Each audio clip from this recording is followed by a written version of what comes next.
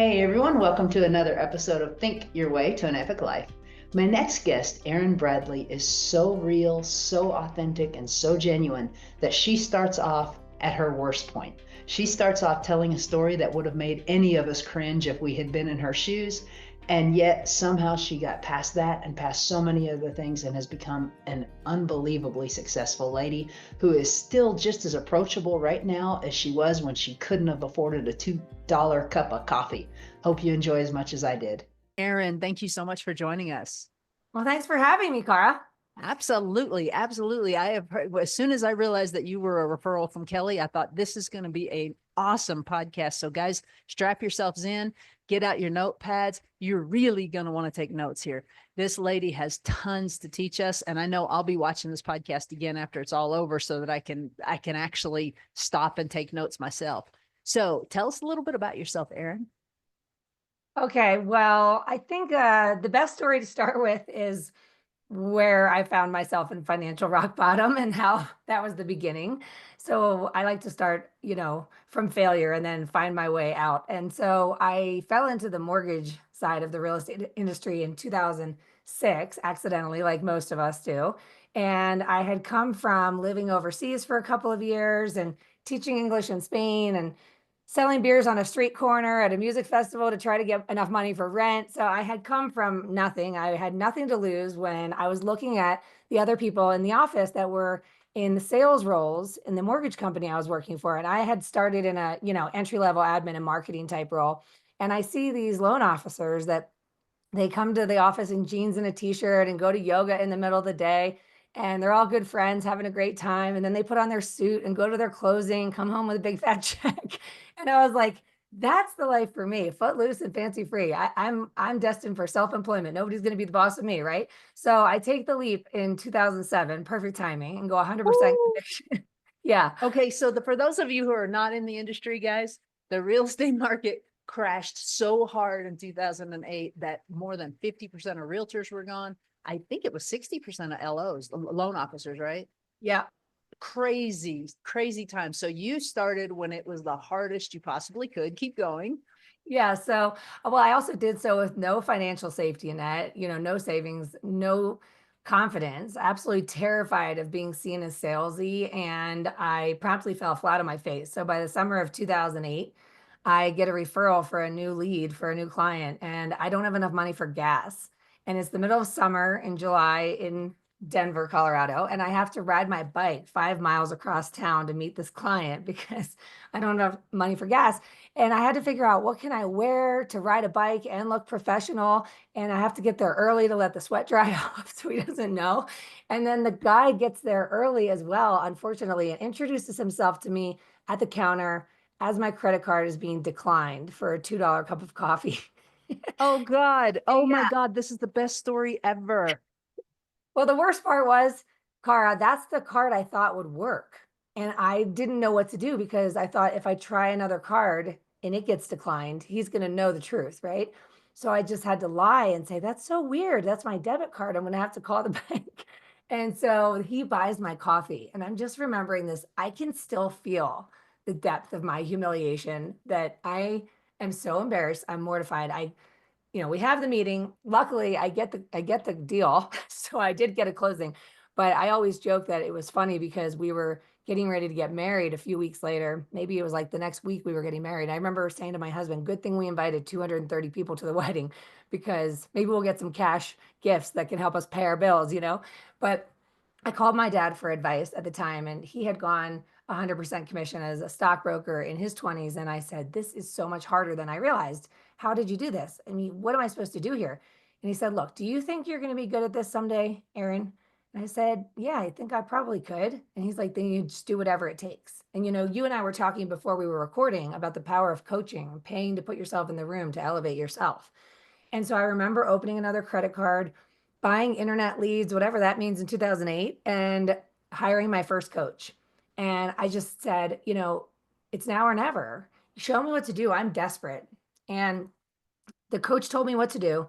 They gave me the action plan, and I was desperate. So I followed the plan to the letter, made the exact right number of calls, sent all the notes, did all the Popeyes, did all the things. And it was fine. I started closing deals, but I still had this strong imposter syndrome. Like for the next several years, I just felt like I was putting on someone else's shoes to go to work. You know, I always say yeah, I could put my husband's shoes on and walk to the end of our driveway and not get snow in my boots or, gravel in my socks, but it wouldn't be very comfortable. And that's kind of how it felt. Like I could do it, but I felt like I was muscling through the activity. It felt like a grind. And it wasn't until 2011. So now I've been in the business 4 years. Somebody gives me The Go Giver. Have you ever read that? Yes, love that book. Yeah, so I read The Go-Giver, and that was the paradigm shift for me. I realized that I could 100% adopt this philosophy and develop a strategy that felt really authentic and aligned for me to focus on being of value, even when my clients don't need my services. And it led to a strategy that later became a workshop and the content of my book and things like this further down the line. But yeah, it was this realization that what was out of alignment for me was that I had been a go-getter. I was doing the things to get the leads, to get the deals, to get the money, to pay my bills, to fill my void, to solve my problem. And it all just felt really heavy. And when I think about the go giver approach, it's like a different frequency to the same destination. The ultimate goal is we want to feel safe financially and abundant and free and connected and all these things. And so that's what ultimately led me to publishing the book and starting the podcast and all the things. And it's Pursuing Freedom is the name of my business. Because when I was struggling financially and having my credit card declined, I didn't feel free. But the crazy thing is that after I started to apply the Go Giver philosophy to my business more than doubled. And in 2012, I found myself making more money than I ever expected to, but also tethered to my work, just surviving my own success, working 24/7, pregnant with my second child, and wondering, where do we go from here? And I remember asking advice of some women that were ahead of me in the game, doing more volume than me. Their kids were a little older than mine. And they all admitted that they work until 10, 11, 12 o'clock at night. And I just remember thinking, this isn't freedom either. Like, so where is it? This feast or famine in the real estate space, this roller coaster of broke to burnout. And I feel like I was riding it for so long until I finally woke up one day and said, enough is enough. It's either suck it up and survive your success and convince yourself you're fine when you're not. Try to play small, shrink your vision because it's not worth the pain and sacrifice of the present moments with your loved ones, or have great systems and scale. And that's the way to unlock, the limitless growth that I think is available to all of us. And all of this to say is that it was never easy. It was always kind of hard and scary, but it's also been worth it. And again, just coming back to that conversation around coaches, I've never been without a coach since. I'm always investing to put myself in the room with people that I consider to be ahead of me in the game or on the journey with me, where, I can see what they're doing and borrow some ideas from them, or borrow some things that they see in me, and together we elevate, right? So it's not meant to be done on an island. And it's been a really fun and interesting journey since, and not a straight line by any means, but that's kind of the backstory there. Oh boy, this is exciting because, and first off, thank you so much, Erin, for being so real and so vulnerable, so authentic. I mean, that to open up, I'm going on this podcast and I'm going to open up with my credit card decline for $2. That's real, you guys. That is the real deal. And anyone that you see that is incredibly successful, that it wasn't the family business that they inherited, right? That someone that climbed and did this, I promise you, they will tell you that they have failed far more than they have succeeded. So tell me about that, about how much more do you learn from failures than success? Well, let's be real, failure is painful. So it teaches us in a way that, we hope we don't repeat it. But that wasn't the last time I failed. And it won't be the last again, right? I mean, fast forward to 2018. And by this point, my family had taken a chance on moving to a ski town, even though my business was in Denver. And I thought to myself, this might put me out of business, but let's give it a shot. Worst case scenario, we come back to where we are right now. So we kind of took this leap of faith, moved to a ski town an hour and a half from where my business was in Denver, where my team was at this point. I had hired some people, some friends of mine, and we ended up experiencing another doubling of the business as we opened an office in this town. And so, I started to really play with this game of life. Like, oh, well, every time I think, well, I can't do that because I'm just really defending the fear. in my brain, right? So I always say to people, if you could fill in the blanks and say, I can't because, and then fill in the blanks, all you're doing is getting intimate with that fear. And then you can evaluate if it's true or not, right? Just challenge it and maybe take action in spite of it.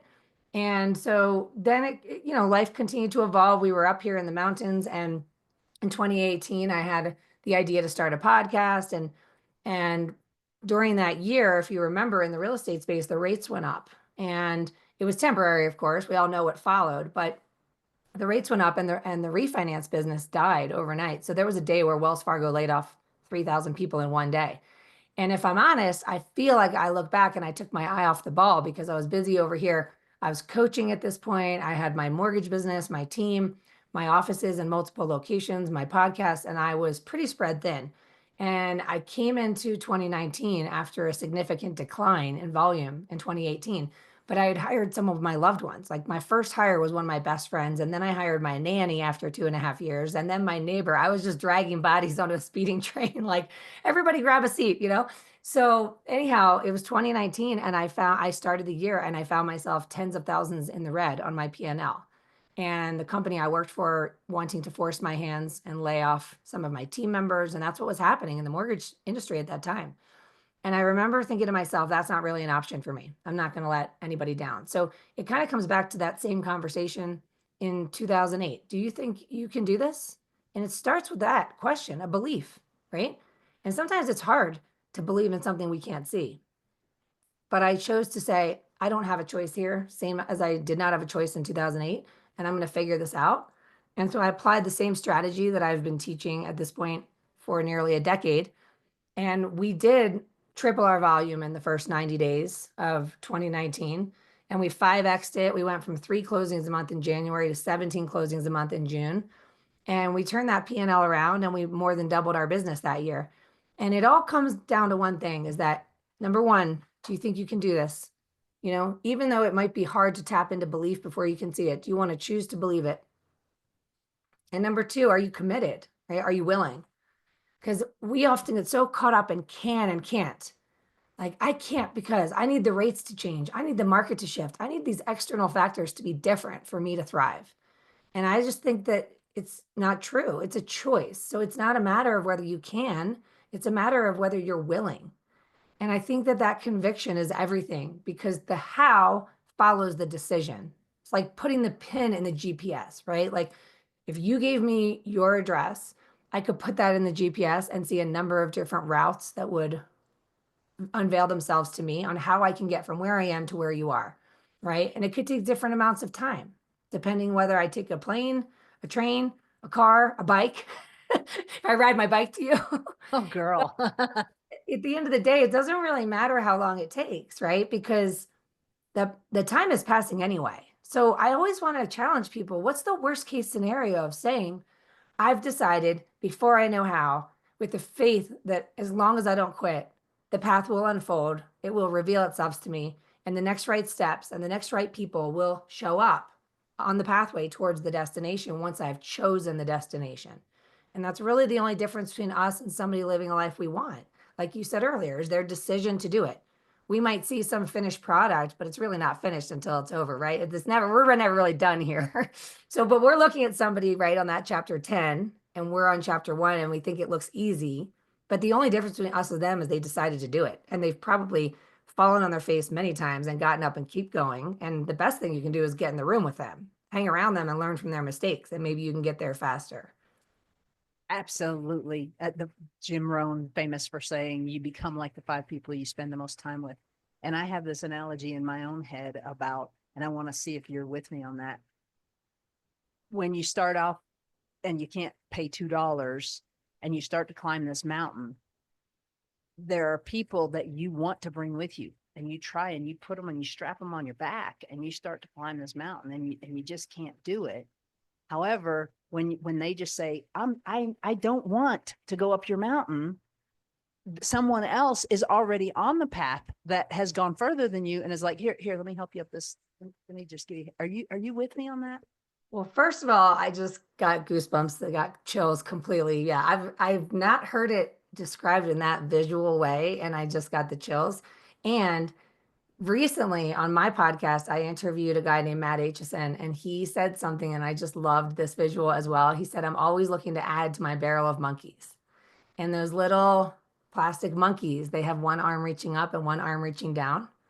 And no matter what I feel I may have achieved or overcome in my personal journey, I'm always on the leading edge of what's next. And, you know, Benjamin Hardy in The Gap and the Gain, he talks about how we could be dissatisfied our entire lives because we're in the gap between where we are and where we wish we could be next. And no matter what we accomplish, that goalpost keeps moving and we continue to perpetuate this frustration that we're not there yet, right? And the gain is the distance from where we are to where we started. And if we can acknowledge that, we can see how far we've come, and it can fuel us with positive feelings, right?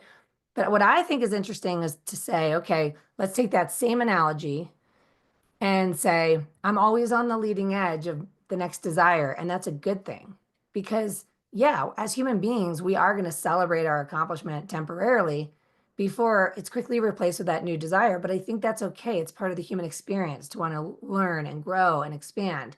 So instead of being frustrated by the distance between where I am and where I want to be next, I get really curious because I can look back and see how much of the unfolding was actually unscripted, right?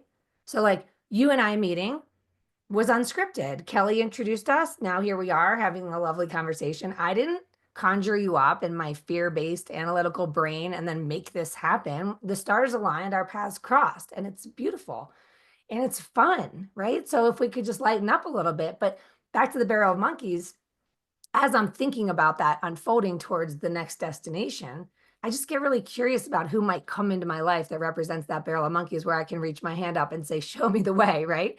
But then I'm also obsessed with every time I overcome my own fear or challenge I want to share it with everybody. I want to reach down and pull more people with me because I'm like, if I could do this, you can do this. Let's go, you know? I love that. And it's so true. And I feel the exact same way. I love your analogy of you're in chapter 1 and you're looking at somebody's chapter 10. And I feel the exact same way. It's like when you learn something that, like, seriously, if you find a restaurant that is excellent and you got really good service, you can't wait to tell somebody, oh, you got to go try, because you want to be the person that helps, that makes everyone else's life better. So your podcast, oh my gosh, I really enjoy your podcast, guys. You should subscribe right away to this podcast. What made you decide to start a podcast? You know, I've just always been listening to podcasts. I think I started listening to Real Estate Rockstars when it was one of the original real estate podcasts, probably back in 2013 or something. And I just really love learning from others. Even as an interviewer, there's just like I just quoted one of my guests. I find myself so energized by meeting people that are growth oriented and high energy, high vibe that it's really just fun for me. So I guess I just thought it would be fun and interesting. And it started in 2018 and we're recording this in 2025 and it still is really fun and interesting. This is really energizing for me. Whatever happens in our exchange is feeding me in a way that I hope will raise my vibration and increase the impact I get to have on the conversations I have throughout my day today. I think there's a ripple effect. And I just feel like it's so fascinating to hear people's stories and to hear their journeys of overcoming adversity. And, you know, you and I just talked about the podcast you heard with Erin Hale and just this unbelievable story of perseverance and resilience that leaves you feeling like, gosh, I've been playing small. I've been complaining about small little things in my life. And here's somebody you meet where you're just like, holy cow, you think I have anything to complain about given the life that you've lived and what you've overcome? It's wild, you know? It really does. It helps us not feel so alone. And I also think the whole getting into the room with other people that are on your path, it makes you talking about your accomplishments not bragging. It's just you can actually talk to someone. You know, like if one of your friends runs a 5K, you're like, oh, way to go, this is great, you know, and you give them all this encouragement. But if somebody goes out and doubles their profit, it's like, oh, well, what did you have to do that? Because I can't imagine myself being able to do it. I've got to think that you're doing something wrong. Yeah. Well, and I always try to communicate that when I look back on the journey and the times that I felt stuck, paralyzed in my own fear and insecurity, and comparing myself to others and feeling imposter syndrome and feeling not enough and all these different things, that I can know now that that didn't define me. And I can also know that I'm going to continue to feel that way. I now seek out the feeling of imposter syndrome. You and I were talking about GoBundance. And when I first joined GoBundance 5 years ago, I remember thinking, I'm just in the back of the room thinking, how did I get in here? Do I even belong here? I mean, some of just the most extraordinary women and men that are doing these incredible things. And now I realize that imposter syndrome is my friend, because it means I'm not playing small. It means I'm seeking, I'm growing, I'm learning, I'm hanging around people that remind me of my future. And I have confidence that my own life will evolve by association when I do so.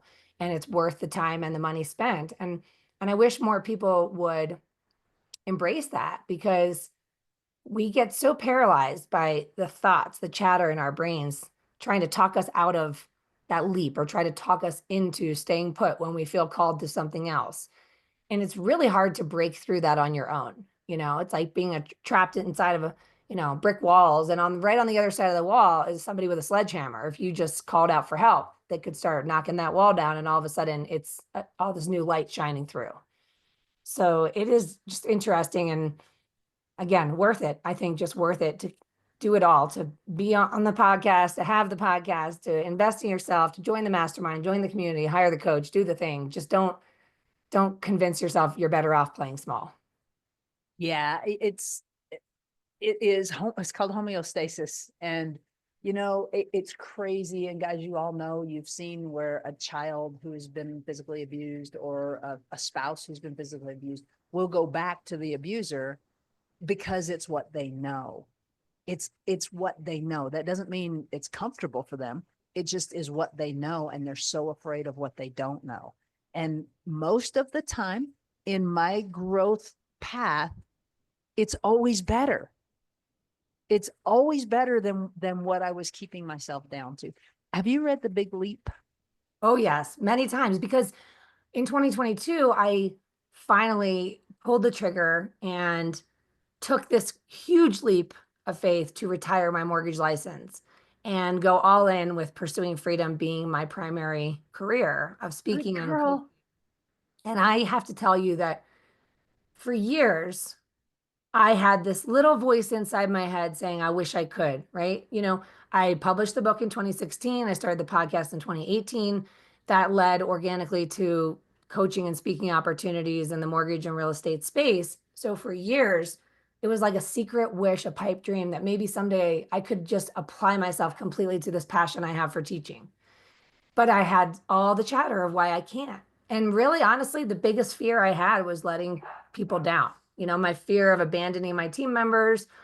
I had hired, like I said, some of my loved ones. So that was my absolute number one fear, is fear of letting others down and fear of what people will think of me. It wasn't fear of whether I could do it. It was just that paralyzing fear.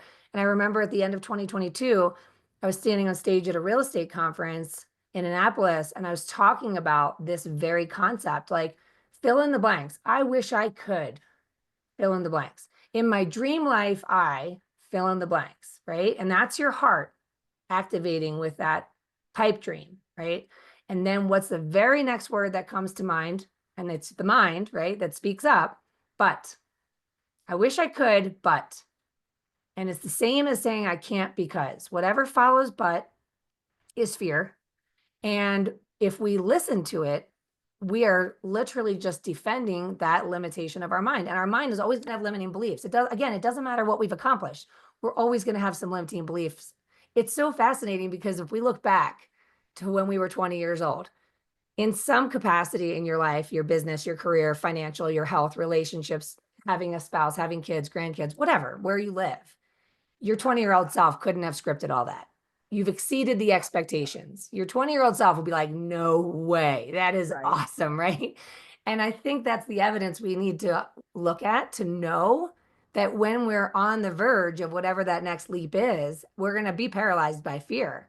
And we have to be reminded that we've only scratched the surface of our true potential, that we're always growing and expanding. It's like we're right there, you know, that just on the other side of I wish I could, but so that's where I always come back to now, say I've decided to.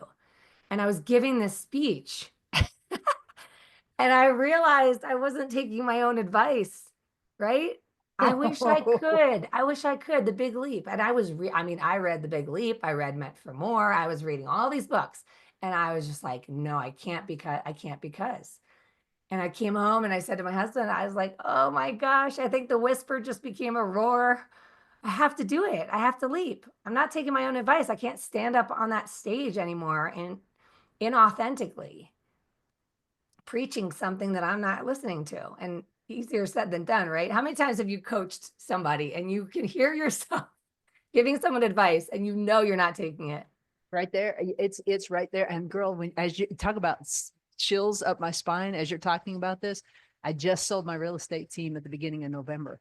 And it was like all of those, like, I'm going to let people down. And what if this other thing doesn't work out? And all, and it's, and the roar, it's finally, you finally cannot ignore it anymore. And just, you have to go for it.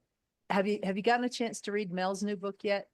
Let Them. Let Them, not yet, but I've been hearing enough through her being on other podcasts and also social media, and then my friends having read it and repeating it, that I know that I need to listen. I want to listen to it because I heard she narrates it and I think that'd be super cool to hear. She's amazing. I got to see her live at a conference, and it was one of the coolest things I've ever seen a speaker do ever.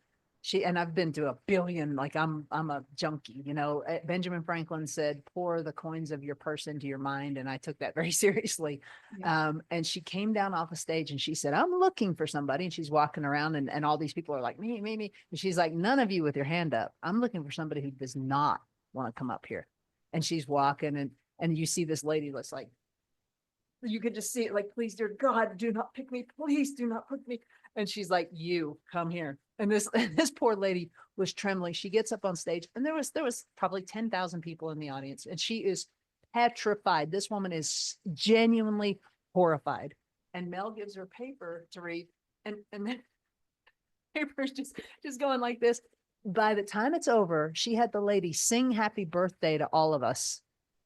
And she was like calm by the end of it. And she conquered the fear. They say it's one of the top fears people have is to get on stage.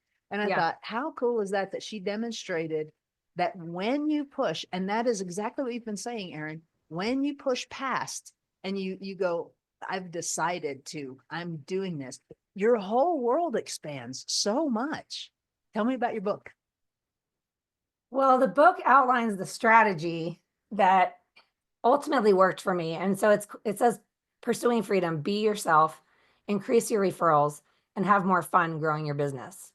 Because I remember this moment where it was that crossroads of, man, I'm making more than I ever expected. I used to be a teacher, right? I became self-employed. I fell flat on my face. I crawled my way for a couple years. And then all of a sudden I experienced this quantum leap once I developed this strategy that worked for me to be authentic and have fun. And then all of a sudden I wasn't having fun anymore. I mean, I literally was pregnant with my second child thinking about, I started selling Arbonne skincare, multi-level marketing. I remember telling my husband, if I could grow a mortgage business out of a recession, I could sell anything. But I joke that I'm like a dude in a girl's body. I barely wash my face at night sometimes. So who am I to be teaching this like nighttime skincare routine? My friends were having interventions with me because I thought to myself, I can't go on like this anymore. I cannot suck it up and pretend I'm okay just because the money's good. And I tried to shrink my vision in 2013. I tried to cut back. And I've seen this happen time and again with people that I meet in the industry that have hit their personal plateau. And it's not just in real estate and mortgage, which is the world that we came up in, but in all entrepreneurs, right? Like you have a personal capacity of time, energy, and enthusiasm. And when they become compressed, you start to second guess everything. You either become a shell of yourself, which is what happened to me, and all of our loved ones know it. We're physically in the same room and we're mentally, emotionally a million miles away, replaying conversations from the morning. Like we lose ourselves on this crazy train that's left the station. And I just remember thinking, this is not fun.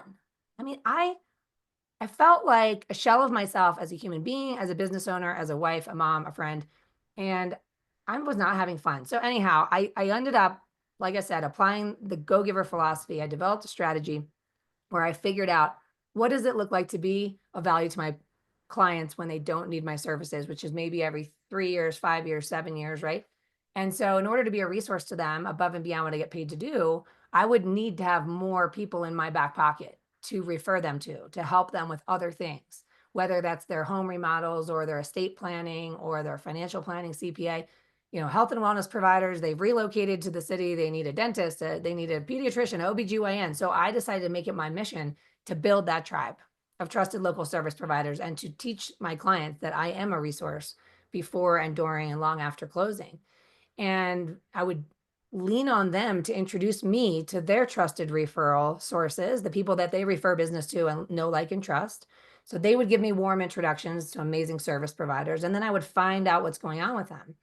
And I always encourage people to think about the fact that most of the sales training in our industry teaches us an action plan to solve my problem, right?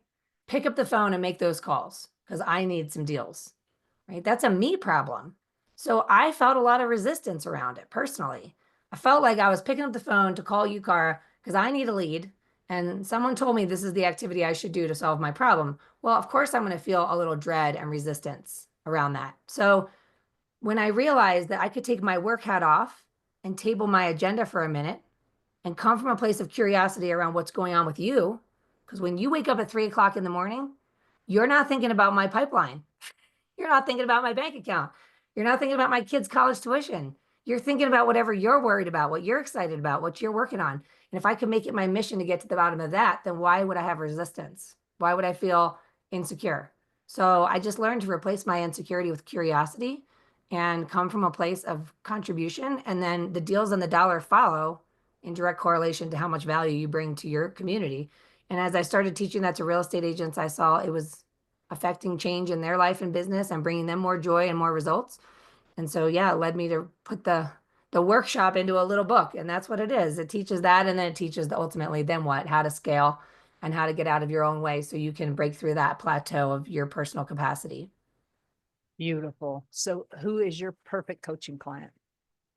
Well, I specialize in helping real estate agents and mortgage lenders who have had some success and they keep hitting their head against that ceiling to implement those systems and scale to unlock the portal to exponential growth without the burnout. Because I want people to have exponential growth and abundance in their lives. I just don't want them to be surviving their success. I want them to be having fun with it, right? So ultimately, the goal is that you wanted freedom and flexibility. You became self-employed for a reason. And if you've been tethered to your phone 7 days a week, 365 days a year for a decade or more, it's time to rethink this approach. And that's what I really like helping people do. And so people come in, I'm certain of it, with so much resistance saying, well, I can't say I'll return calls after 6 p.m. the next day. My business will fail. What do you say to them? Well, first, I wouldn't say I can't, right? Like what I help people do is create a framework for your ideal, what it looks like. When are you peak energy and peak performance? And let's say that one of the things I tell people is that most burned out real estate professionals are living an illusion that they're doing their very best by being on call 24/7. We would never allow that from any service providers that we trust at the highest level, like a true professional. We would want them to be rested, present, focused, energized, and enthused in the interaction that we have with them. And so what I encourage people to do is think about, when are you at peak performance? When are you in a position to deliver the highest level of service to your clients? What hours of the day, what days of the week? And then nowadays we can use scheduling tools like Calendly to say, I'm very excited to connect with you and learn about your goals and help you through this process. Let's save us both some time and just find a spot on my calendar. If you can't find a spot, then let me know and I can move some things around for you, right? So we're leading with our boundaries. I didn't say I'm not available at 6 p.m. because I'm having dinner with my family. It's just that when they look at my Calendly, they see availability, and 95% of the time they're going to find a spot and it's no problem whatsoever. I think we, as service providers who start out and we're afraid and we have no clue what we're capable of, we have this anxious energy to just drop everything and jump with every opportunity that comes our way. And we create bad habits that are unsustainable when your business is booming and you are skilled and you have experience and expertise and relationships and people trust you, and you're still operating like that amateur. And you're not an amateur, you're a true professional. So I would say there's not so much resistance as the people that come into my community are sometimes a little burned out, sometimes a little bored, sometimes stagnated. Like, I know what I need to do, but I don't feel like it and I can't figure out why. Like, the flame has been a little bit extinguished. So we like to say, you build a house on a faulty foundation. You were throwing stuff against the wall to see what sticks. You didn't have boundaries. You didn't have systems. You didn't have scale. And that's fine. It got you this far, but you're over it. So we got to take the house down to the studs, build a stronger foundation so we can build a skyscraper if you want, but with ease and joy and the ability to be fully present, energized, enthused, and focused, which is, I think, what our clients deserve. So there's ways around that, I have to, I need to. And it comes back to choice, right? Like, if you're living your life and running your business and telling your loved ones, I just have to, I just have to, I need to, I have to, I should, I have to. Are you really having fun? Or are you just muscling through the heavy obligation of your life and business? And what would it look like to rewrite the script for the future so that it feels like something you want to run towards instead of something you're just running from? Love it. Great. Another great book is What Got You Here Won't Get You There. Excuse me. And it is, I would say, out of all the self-development books I've ever read, it's the most challenging, slap you in the face book, just because it's true, guys. I mean, what got you to this level is not what's going to get you to the next level. You have to do things differently. And yes, I know it worked. And yes, I know you're the most successful in your office, or you're the top producer, or you're this or that. However, much like Erin is saying, you're exhausted. You are in complete reaction. There's no proactivity. You're just, oh, the phone, I'm the Jack in the Box realtor. I'm going to show up, or the Jack in the Box lender. And then you start to miss calls and you start to not return your calls. And yeah, if you could just get your stuff together, you'd have plenty of business, but you're losing business because you're exhausted. So if somebody wants to meet with you as a coach, do you have a discovery call or something like that? Oh, for sure. I mean, if they reach out to me on LinkedIn or Instagram at Pursuing Freedom Official, or email me, Erin@pursuingfreedom.com. Mostly, I always invite people on these podcast interviews to send a DM if you had a takeaway. Cara and I are putting this podcast interview together in the hopes that someone's listening, but you never know if anybody's out there, right? So it's like, send Cara a message saying, hey, I liked that interview, or, I had a takeaway, or make a commitment, to one of us or to somebody. But more than anything, we're all human beings. We're all on this human experience, and we are not alone. And there's nothing special about feeling exhaustion and overwhelm and burnout and insecurity and anxiety and all the things that make us human. And so I think we need to stop hiding behind the fear of what people will think and staying stuck, on this island of self-doubt, and instead just connect with people, like spend time, connect, have conversations, and just be more of an explorer. And again, replace that insecurity with curiosity, and you might just surprise yourself with what could unfold. So I love hearing from people, happy to do discovery calls, but more than anything, I just hope that somebody's taking something and then saying, I've made a decision today. I'm going to commit, I'm willing, and off I go. And I'll figure it out as we go. And the decision, does it have to be massive, or could it be just something small? Something small, just something small, one step at a time, one little experiment at a time. And that's it. That's it. That's what it takes, guys. Okay. So is there anything, Erin, that I have not asked you that I should have? I don't think so. I think we covered a lot of ground today. We did. It's been really cool. So I know we've talked a ton about different books and podcasts, but are there any that rise to the top that you would say to our folks, you really need to check this one out? Well, one of the books that I've loved recently, which surprised me because I was resistant around the title for a little while, even though it was on my shelf, is 10X is Easier Than 2X by Benjamin Hardy. And I think Dan Sullivan as well. But it's about the idea, I've been using this analogy of the butterfly, because a caterpillar, before it becomes a butterfly, it has to go into the chrysalis and it fully dissolves. It actually dies inside the chrysalis in order to emerge in its full potential. And what's crazy is that a butterfly and a caterpillar actually have no cellular similarity. And what I think is interesting about that is how our life can be a series of death and rebirth, and the death of our former identities, the beliefs and thoughts and habits that have kept us stuck on this cycle of dissatisfaction and longing for something more. And that it's a good thing when you feel that call for more. I think it's part of, again, that human experience of growth and evolution and expansion. And so with 10x is easier than 2x, I kind of thought it was going to be some kind of like 10x, like 10x your efforts and 10x your results and hustle and grind. And that's not what I'm about. And so what I learned was when you think from 10x versus 2x, 2x does not demand enough dissolving of the thoughts, habits, and beliefs that have kept you on this cycle where you are. 10x will be unrecognizable to 2x. And if you can use 10x as your filter through which you determine what you say yes and no to, it will be so much clearer. Like it is such a clear no because it's not in alignment with my values at 10x. And I can speak honestly from that because by the time I retired from the business, my role in my organization looked radically different, unrecognizable to what I had been doing for the 8 years leading up to hiring my first team member. I was on that roller coaster of feast or famine, broke to burnout, hitting my head against the ceiling, questioning everything, shrinking, pipeline dries up, panicking, put my foot on the gas. Like it was exhausting. And that's where a lot of people get to is like, your bottleneck is not relationships. People love you. It's not your ability to deliver amazing customer service when given the opportunity. You probably enjoy that. But there's something missing. And there's something where you kind of run out of steam and you keep finding yourself back on that hamster wheel. And it's like, is this it? Like, how do I break through?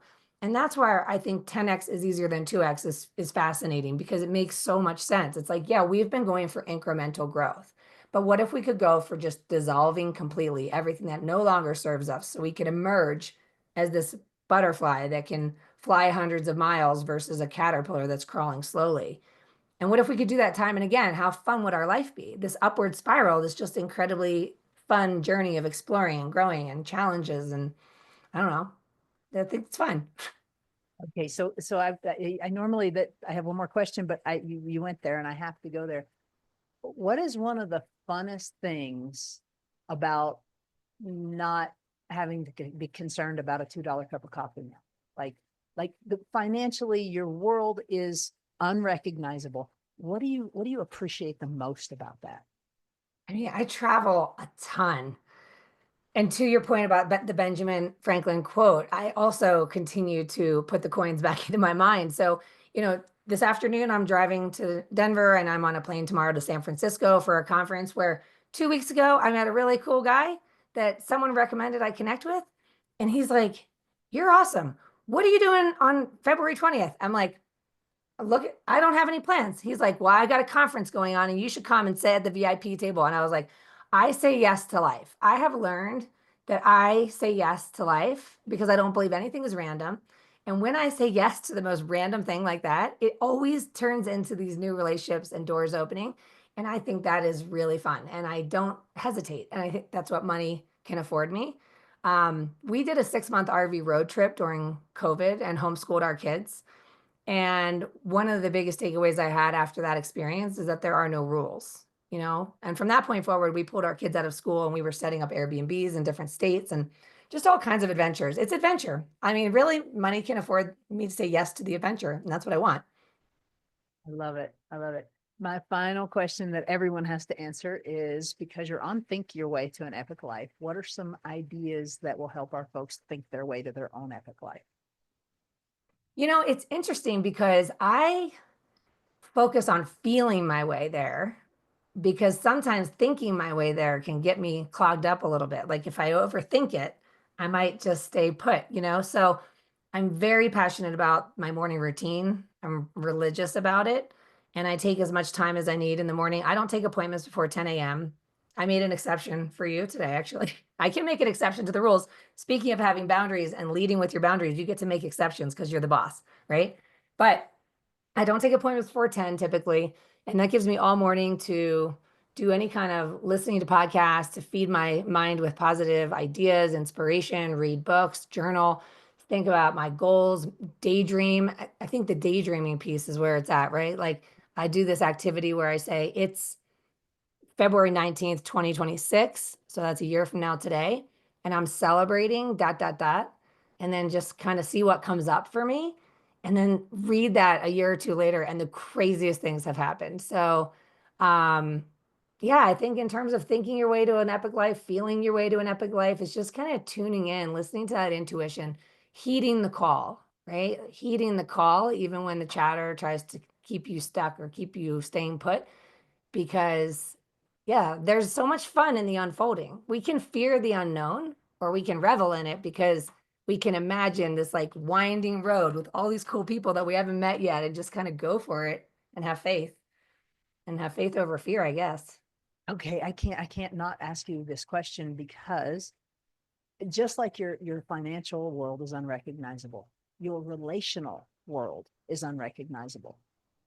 10 years ago, could you have imagined having as many deep, intimate, real relationships? Could you imagine that one person could have as many as you do?